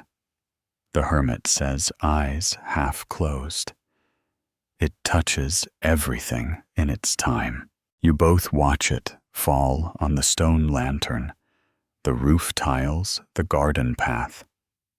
Everything accepts the rain without protest. Today's teaching, he says, is patience. You almost sigh. Patience has never been your strong suit. You've waited for things, of course everyone does, but always with resistance, waiting for a text, a promotion, an apology, and beneath it all, the quiet ache of wanting life to hurry up and become something else. There's a parable the hermit begins of a woman who planted a seed of the sacred Bodhi tree. Every day she dug it up to check if it had sprouted. Years passed, and still it did not grow. One day, exhausted, she left it alone. And that season, it bloomed. You smile. You understand. The Buddha once said, "If you are patient in one moment of anger, you will escape 100 days of sorrow." You think of the last time you snapped at someone, not because they did anything unforgivable, but because you didn't want to wait. For change, for growth, for softness to return.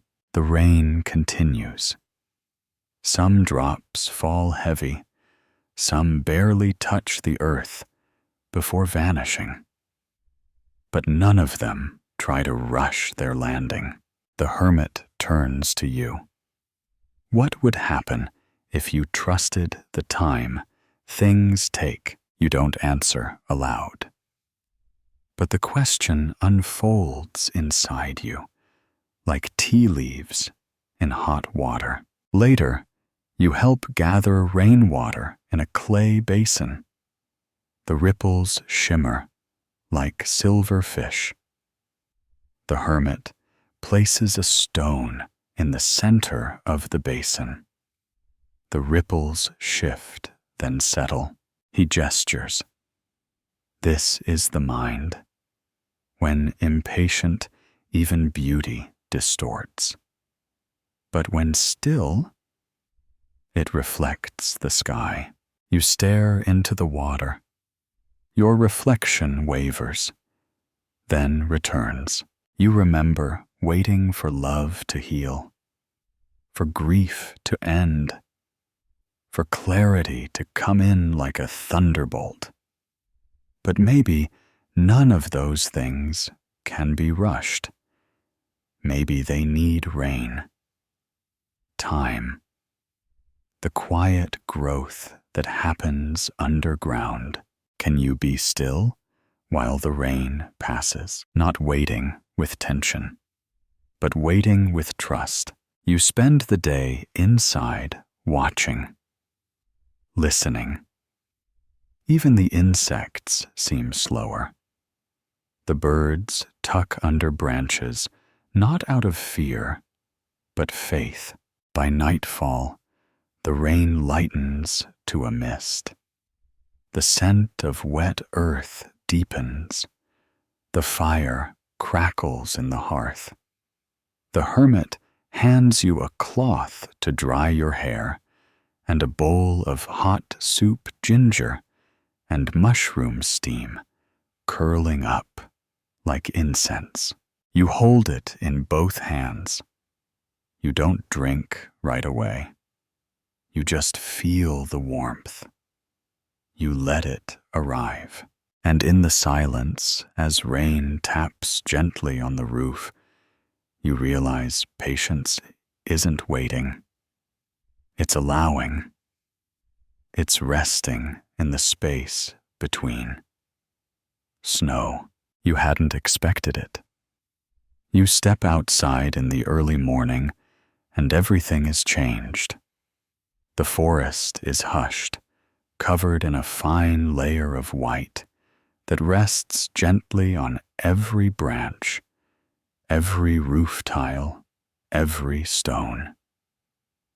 Your footprints are the first soft impressions in an otherwise untouched world.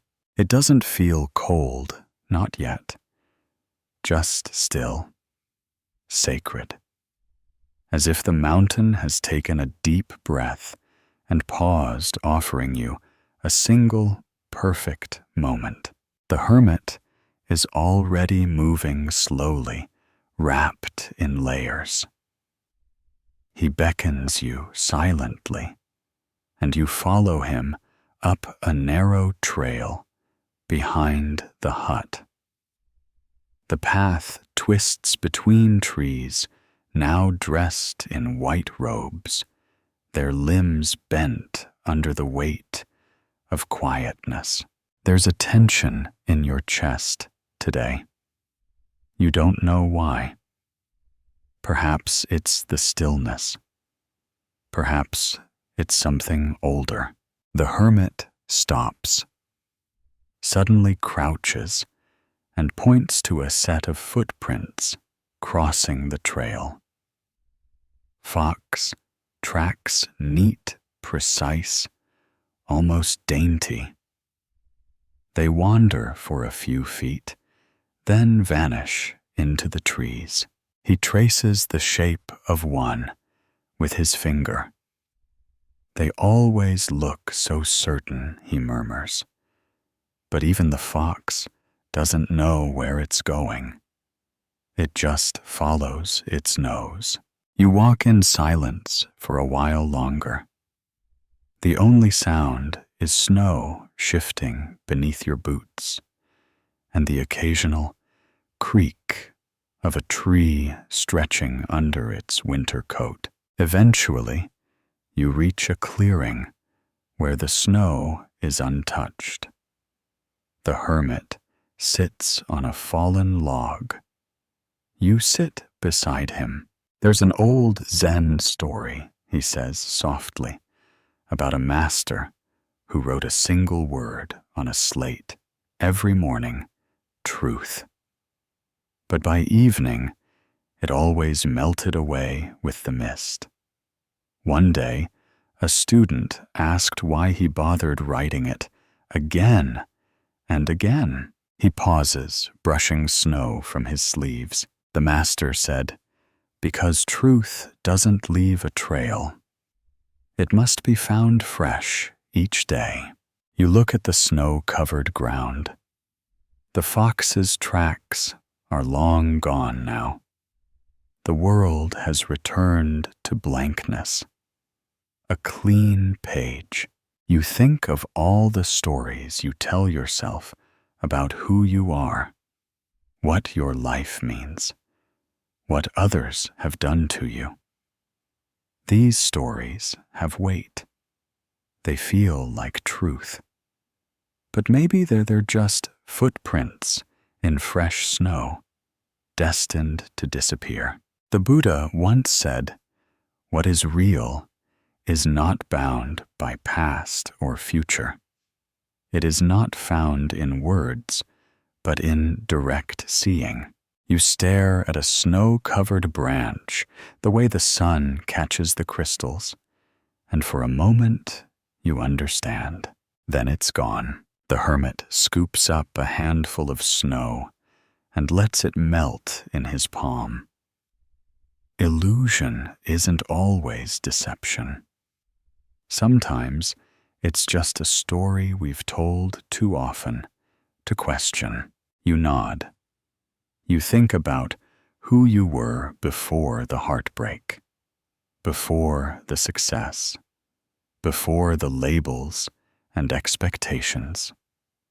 Beneath it all, is there something untouched? Is the snow less real because it melts? He asks, palm now empty. Or is truth what remains when the story fades? You close your eyes and feel the cold air move through your lungs. You remember how children laugh in snow, not because they understand it, but because they don't. You open your eyes again and find the world unchanged.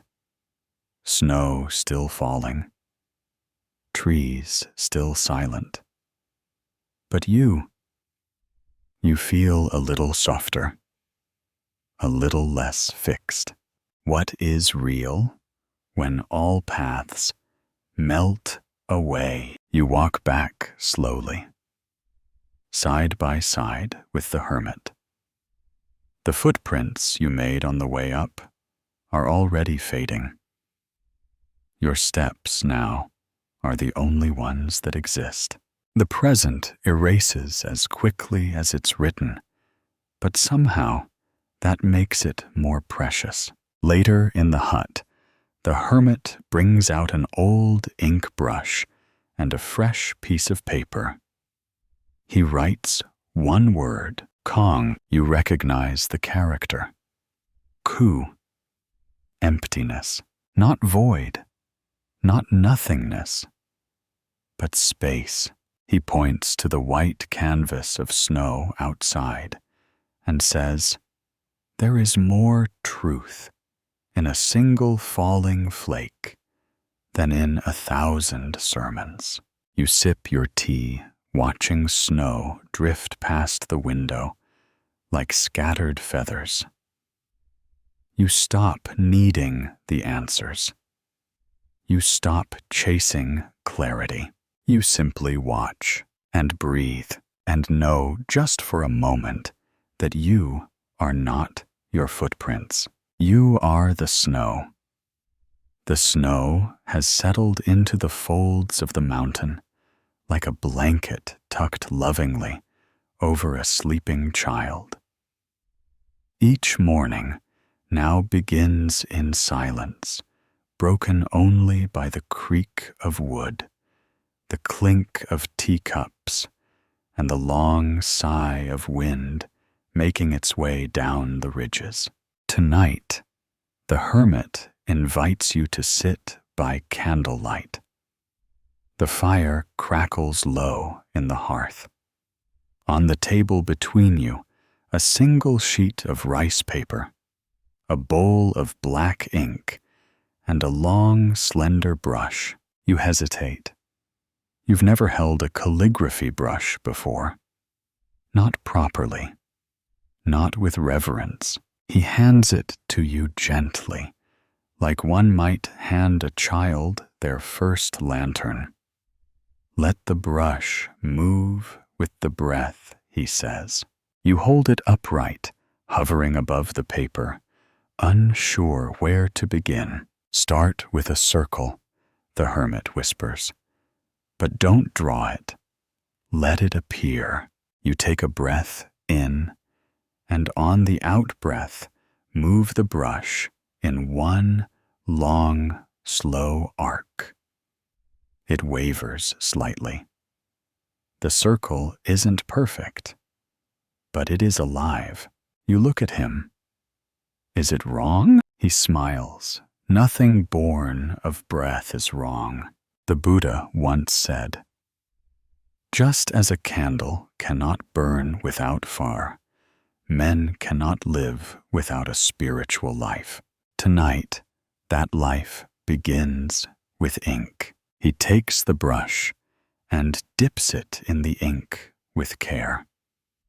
Then, without a word, he paints a single line across the page, slow, smooth, deliberate. It curves slightly near the end, like a river choosing a new path. Your breath, he says, shapes everything. Your thoughts, your emotions, even your hand. You practice again. Line after line, circle after circle. Each stroke becomes a breath, and each breath becomes part of the paper. You're not creating, You're witnessing. There's a tale the Hermit says of a calligrapher who was praised for his perfection. One day, an old monk challenged him. Paint a single word with no mind, no self, no control. The calligrapher tried for days. His strokes were stiff, forced. Finally exhausted, he fell asleep. When he awoke, he found he had drawn a perfect character in his dream. You pause, brush, poised, mid-air. So it only happens when we stop trying. He nods. When breath leads, the self follows. When the self leads, the breath hides. You try again. This time, you don't aim for beauty. You let the breath guide your hand.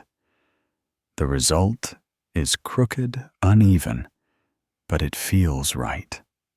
Not performed, not forced. The Hermit pours you a cup of tea and places a fresh sheet in front of you.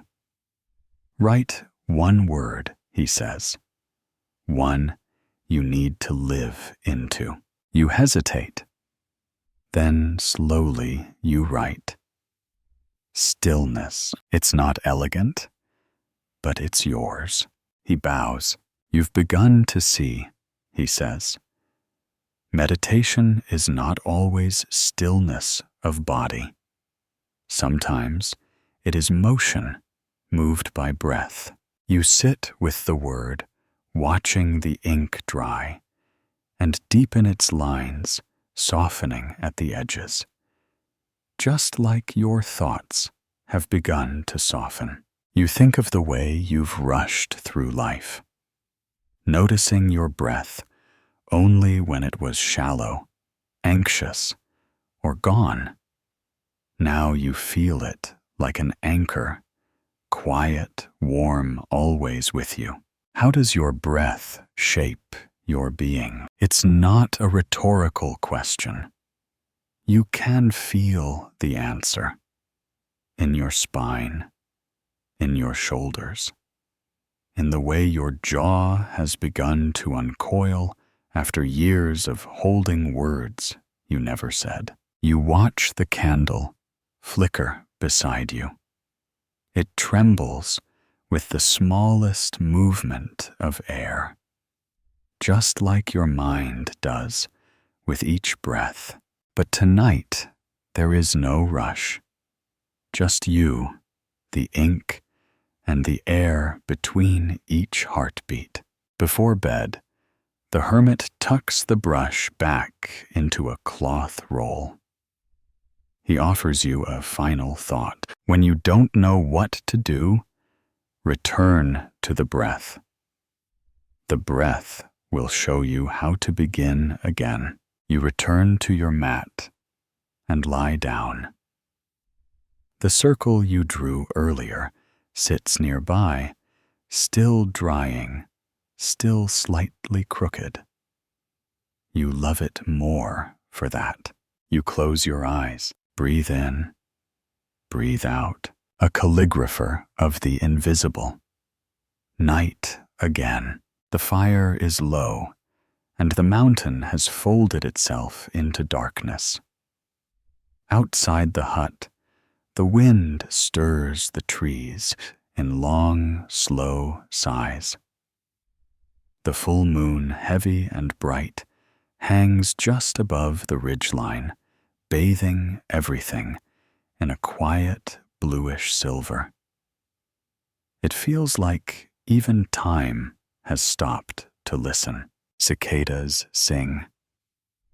Not in frantic bursts, but in long rising waves, an undulating hum that seems to vibrate in your chest. You sit near the window, your hands cupped around a bowl of warm barley tea. The Hermit sits behind you, silent, just another shadow among many. The scent of the tea earthy and faintly sweet, drifts into the stillness, like incense. He speaks finally. "Listen to them," he says. "They've been waiting all year for this moment." You glance toward the trees, where the cicadas chant their summer prayer into the cold air. They live underground for most of their lives. He continues, silent, hidden. Then, for a few weeks, they rise up. They sing. They love. Then they go. You look at the moon. You look at the stars. You listen. It seems short, the hermit says. But what if it's enough? There's a story he tells you of a woman who tended her garden every morning. She never missed a day, even when the frost took her flowers, even when her neighbors laughed at her devotion. One day, a monk passed through and asked her why she continued year after year, knowing the blooms were temporary. She replied, "Because life is not measured by how long it lasts, but by how fully it is lived while it's here." You sit with that. The warmth of the tea seeps into your chest. The cicadas don't worry about tomorrow. They don't regret yesterday. They simply sing, loudly, unapologetically, as if to say, "I am here now." That is enough. The hermit stands slowly and lights a single candle. He places it near the door, where the breeze won't reach it. Then he turns to you. The Buddha once said, "There is no fear for one whose mind is not filled with desires." You watch the flame flicker in the quiet. "What do you fear losing?" he asks gently. The question lands like a pebble in a still pond, not as a challenge, but as an invitation. You think of people you've loved, opportunities missed, the ticking clock that seems to get louder with each year. You think of how afraid you've been to change, to stop, to let go. Then you remember the cicadas, living most of their lives in darkness, then surfacing, then song. The hermit sits beside you. Death is not the enemy, he says. For those who truly live, there's no such thing as too soon, only unfinished. You look at the moon again. It glows steadily, as it has since before your ancestors breathed their first breaths. It will still be there after your name is forgotten. But tonight, it shines for you. Can anything that's loved truly be lost? The hermit asks. You don't answer. You don't need to. You feel your heartbeat. You feel your breath. You feel the presence of someone who has lived long enough to know that everything passes and still chooses to love anyway. You sip your tea. The cicadas continue. The night is full, and in that fullness, you feel no need to grasp, no need to fix, just the music of things being what they are. Later, as you lie down to sleep, the moonlight strokes your face like a mother's hand. The wind hums through the cracks in the wooden walls. The cicadas fade one by one into the hush of midnight. You fall asleep with the question still blooming in your chest, not to be answered, but to be held. Can anything that's loved truly be lost? And with your next breath, you realize maybe not. The cold bites a little more sharply this morning. The mountain wind has changed. It no longer hums, but whispers with a dry edge, like it's sweeping the last remnants of autumn down into the valleys. Frost glistens on the stones outside the hut. Even the trees seem to stand still today, like they're holding their breath. You follow the hermit down a narrow side path you haven't seen before. His steps are slow, deliberate, but today there's something different in his gait. Not urgency exactly, but focus, purpose. You come to a small wooden shed tucked beneath a bend in the trail. Its roof sags under the weight of moss, and its door creaks as he opens it. Inside is a single black pot hanging over a dormant hearth, a low table and a shelf with dried herbs, seaweed, and a few dusty clay bowls. He lights the fire. No words yet. You sit cross-legged on a mat, and he begins to prepare soup, miso, maybe, or radish, and tofu. The scent rises slowly, warm and umami-rich, curling into the silence like an old friend returning home. Then he speaks. Long ago, he says a young woman lived in a village not far from here. One winter, she began to notice food going missing from her home. Not much, just a little rice, a few chestnuts, the last bit of soup. At first, she thought it was animals. But one night, she stayed awake to watch. He stirs the pot. She saw a ghost. You tilt your head, unsure if he means it literally. It wasn't scary, he says, smiling. Just a shadow of a man, thin and trembling. She could have chased him away. But instead, she went into the kitchen, ladled out a bowl of soup, and brought it to him. You can feel the warmth of the story as clearly as the fire in the hearth. He ate. He cried. And then he bowed. From that night on, she made him soup each evening and left it outside her door. After the first snow, he never came again. But every winter, she still made soup. Just in case. You stare into the pot as steam rises in lazy spirals. Was he really a ghost? The hermit shrugs. Does it matter? He ladles the soup into 2 bowls and hands you one.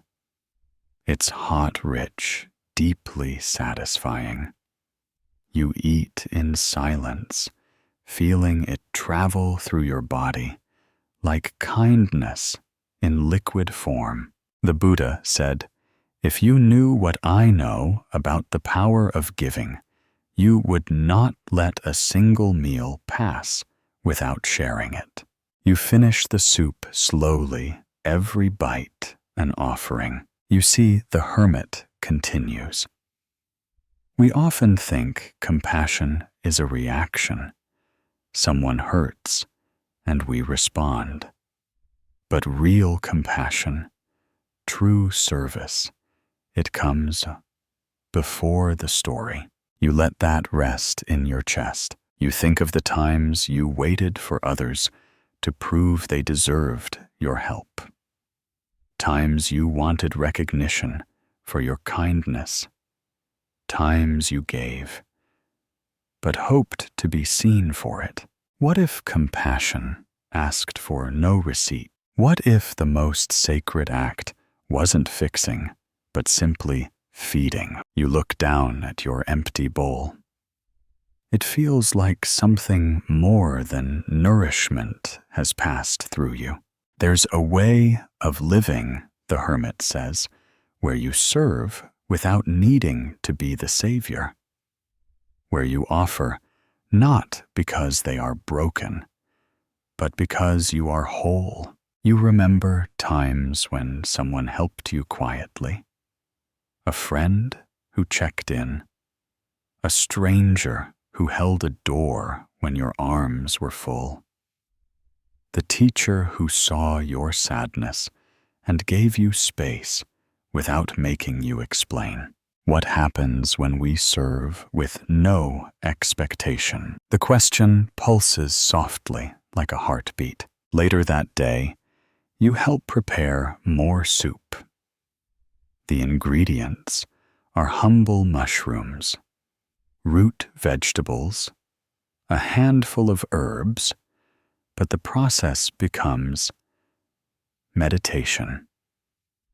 Wash, slice, stir, taste. You make a little extra. At dusk, you walk alone into the trees with a bowl.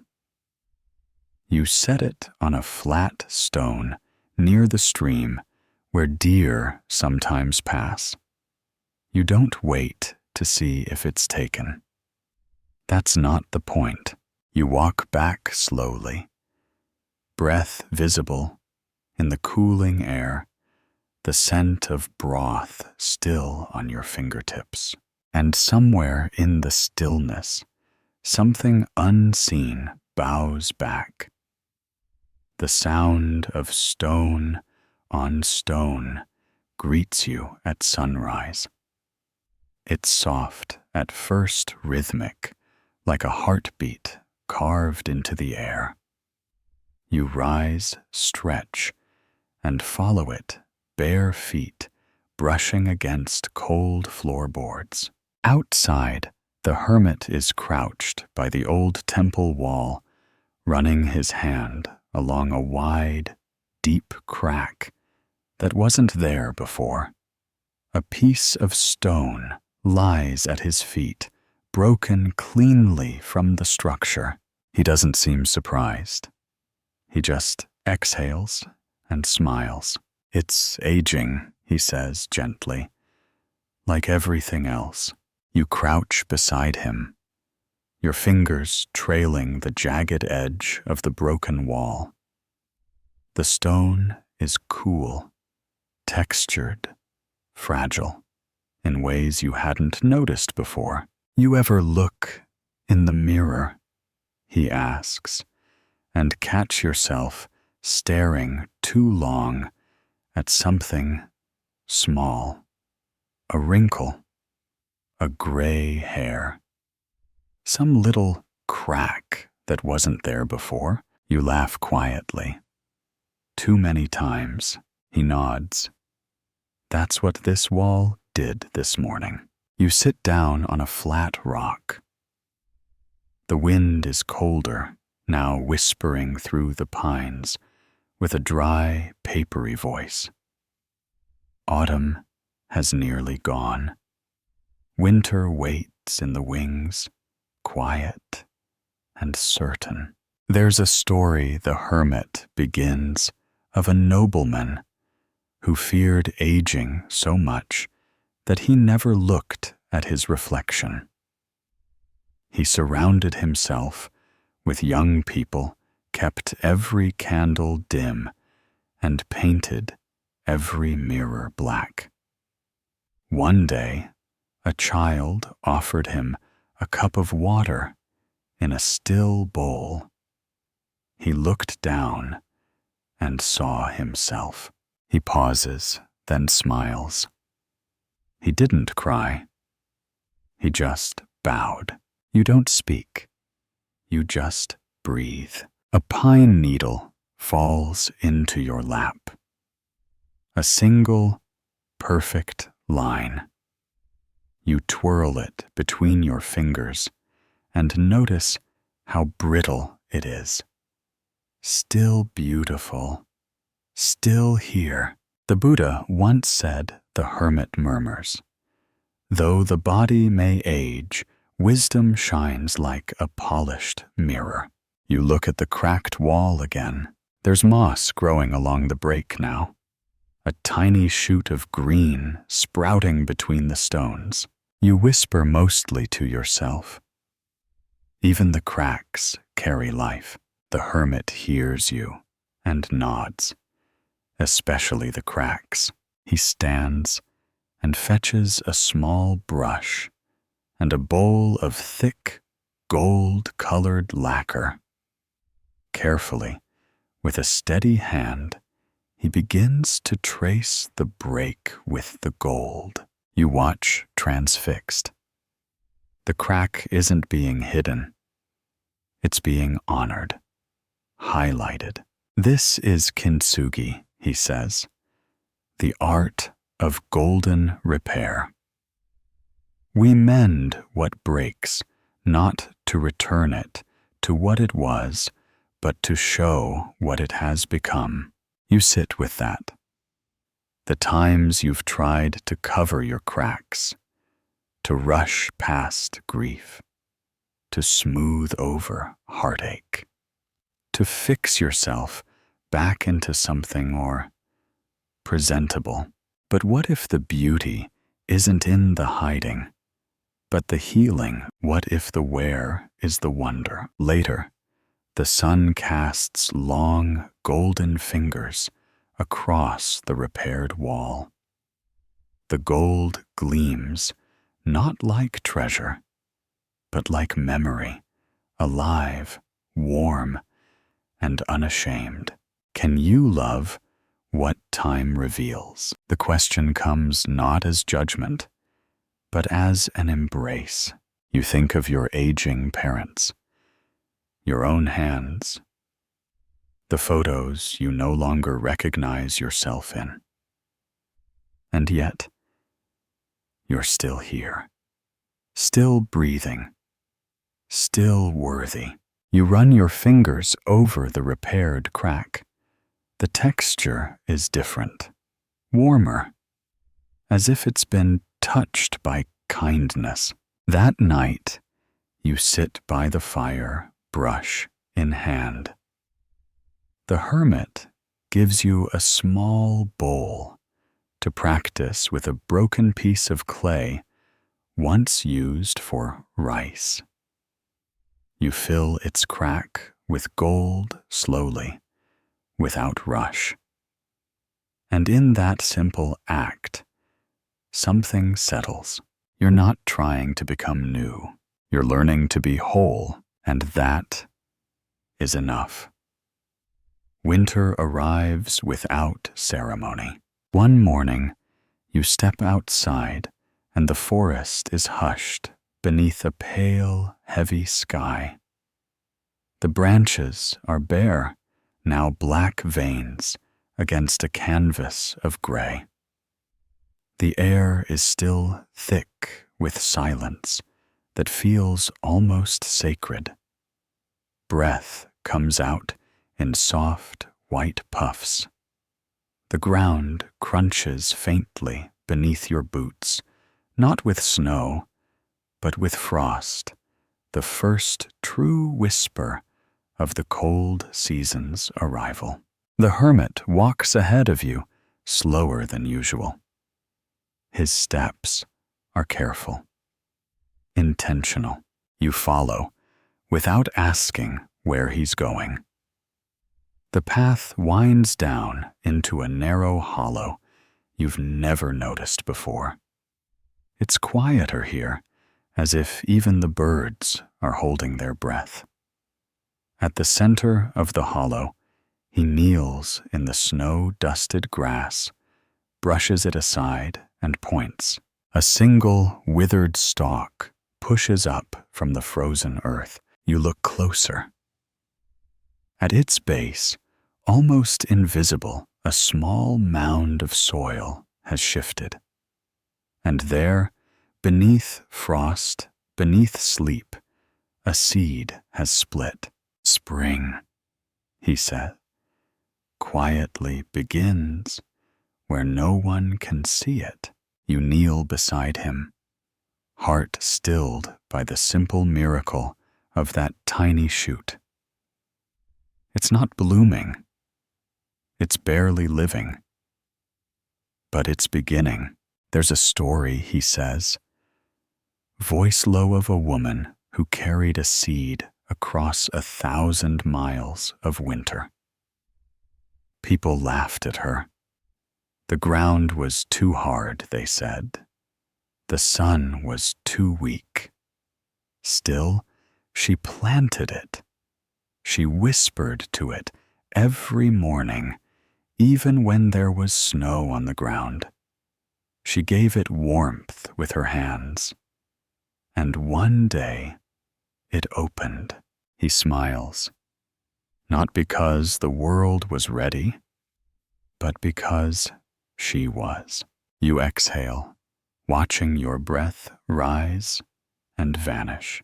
The Buddha once said, however many holy words you read, however many you speak, what good will they do if you do not act upon them? You think of all the inner seeds you've forgotten, dreams dismissed, joys postponed, the quiet voice inside that once whispered but was quickly buried beneath.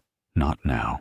The hermit places his hand gently on the earth. A seed doesn't ask for guarantees. It only asks for soil breath and time. The wind picks up, carrying with it a sharpness that reaches your bones. But beneath your fingers, the soil is warmer than expected. You press your palm flat against it. Alive, you close your eyes, and for a moment, you feel your own buried hopes, long forgotten, perhaps, but not gone. Seeds of compassion, creativity, courage. Dormant, yes, but still breathing. What still grows unseen in you. The question comes not as a demand, but as a comfort, because you don't need to know the answer today. You only need to remember that life grows even in the silence, even in the dark, even under snow. Later, back at the hut, the hermit pulls out a bough of dried seeds and begins placing them, one by one, into little cloth pouches. He hands you one. For planting, he says simply, when you're ready. You nod, tucking it into your sleeve. It's so light, you can barely feel it. Yet somehow, it carries the weight of a vow. That night, you sit beside the fire, with the pouch on your lap. You trace its seams with your fingers and listen to the wind howl softly beyond the walls. And you wonder, maybe you don't have to bloom right now. Maybe the stillness is part of the blooming. Maybe resting is not giving up. Maybe the seed knows something you don't. You lie down and pull the blanket up to your chin, the warmth of the fire tracing your spine. You feel the seed near your heart, like a tiny drum, waiting for its rhythm to return. You close your eyes, and sleep comes like snowfall, silent, soft, certain. And somewhere beneath the soil of your soul, something stirs. Snow falls again in the night. By morning, the world is hushed and gleaming. A soft layer blankets everything. The path, the roof, the pine needles. The smoke from the chimney rises straight into the pale sky, undisturbed by even a hint of wind. Inside the hut, you sit on the floor near the hearth. The tea is already steeping. The fire crackles low. The hermit moves slowly today, but not from weariness. There's a kind of completion in his rhythm, like music reaching its final note. He sets 2 cups down, then sits across from you. For a long time, neither of you speaks. Then he says, "Just this breath again." You smile, recognizing the phrase, like a friend's face at the end of a long journey. At first, you think he's circling back to where you began, but it doesn't feel like a repeat. It feels deeper now, simpler, fuller. Like a mountain you've climbed, not once, but many times, each ascent different, though the peak remains the same. You breathe in, you breathe out. And for the first time, it feels like enough. There's no final teaching, the hermit says, because the truth doesn't end. It just keeps showing up in quieter ways. You sip your tea. It's familiar now. Warm, earthy, exactly what it is. He continues. A student once asked the Buddha, "What comes after enlightenment?" The Buddha smiled and said, "The dishes." You laugh gently, nodding. Of course it ends with tea and snow and breathing. He picks up his cup and cradles it between both hands. Enlightenment is not some glowing state you earn like a badge. It's presence. It's doing one thing with full awareness, full care, and then doing it again. You think of all the lessons since that first fog-draped morning. The tea, the silence, the pebble, the lantern, the fox, the sparrows, the seed beneath the snow. Each one was simply pointing you back to the breath, not to escape life, but to enter it. You gaze outside. The wind stirs just enough to shake snow from the trees. It falls in soft clumps, melting as it lands on the warm earth. The cycle continues. The breath, the hermit says, will never lie to you. It won't flatter you or condemn you. It will just return, again and again, no matter how lost you feel. You close your eyes, inhale, exhale, nothing else. You feel the way your chest rises, the warmth in your belly, the ease in your shoulders. You feel how being fully here now changes everything.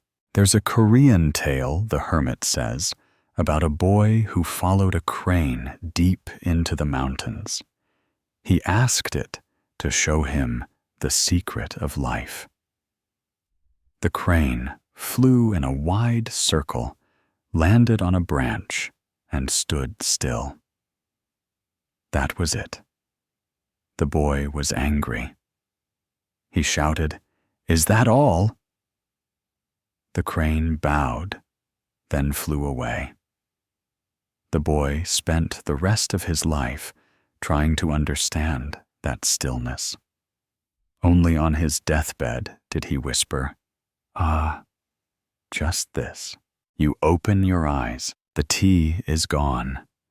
The cup is warm in your hands. The hermit rises slowly and opens the door. A gust of cold slips in, and behind it, the great, wide silence of the mountain. You step outside with him. The world is quiet, but not empty. Every sound, the crunch of snow beneath your feet, the distant cry of a crow, the low breath of wind, is full of meaning now. You watch your breath rise in clouds. You feel your heart slow settle. And something deep within you says, "This is it. Just this moment, just this breath. Is anything more real than what you feel right now?" You turn to the hermit. He's not watching you. He's watching the trees, the sky, the everything, and you understand he was never teaching you anything new. He was only showing you what was always here, the breath, the now, the truth inside simplicity. The snow continues to fall slower now in soft spirals that seem to hang in the air before resting. The trees, the roof, even the breath between your thoughts. Everything begins to settle. The pace slows. The stillness deepens. You lie back on your mat, blanket pulled gently over you, and listen to the fading crackle of the fire.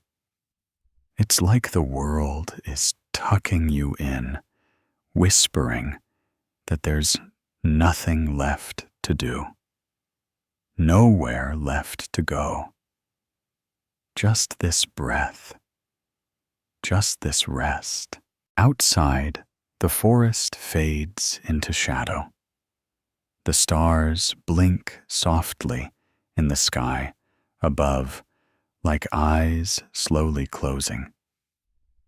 The mountain, vast and silent, holds you without asking for anything in return. You take one more breath in and let it go. Another, and let it go. There's no need to hold on. There's no need to plan. All your questions can rest now. They are safe inside the stillness.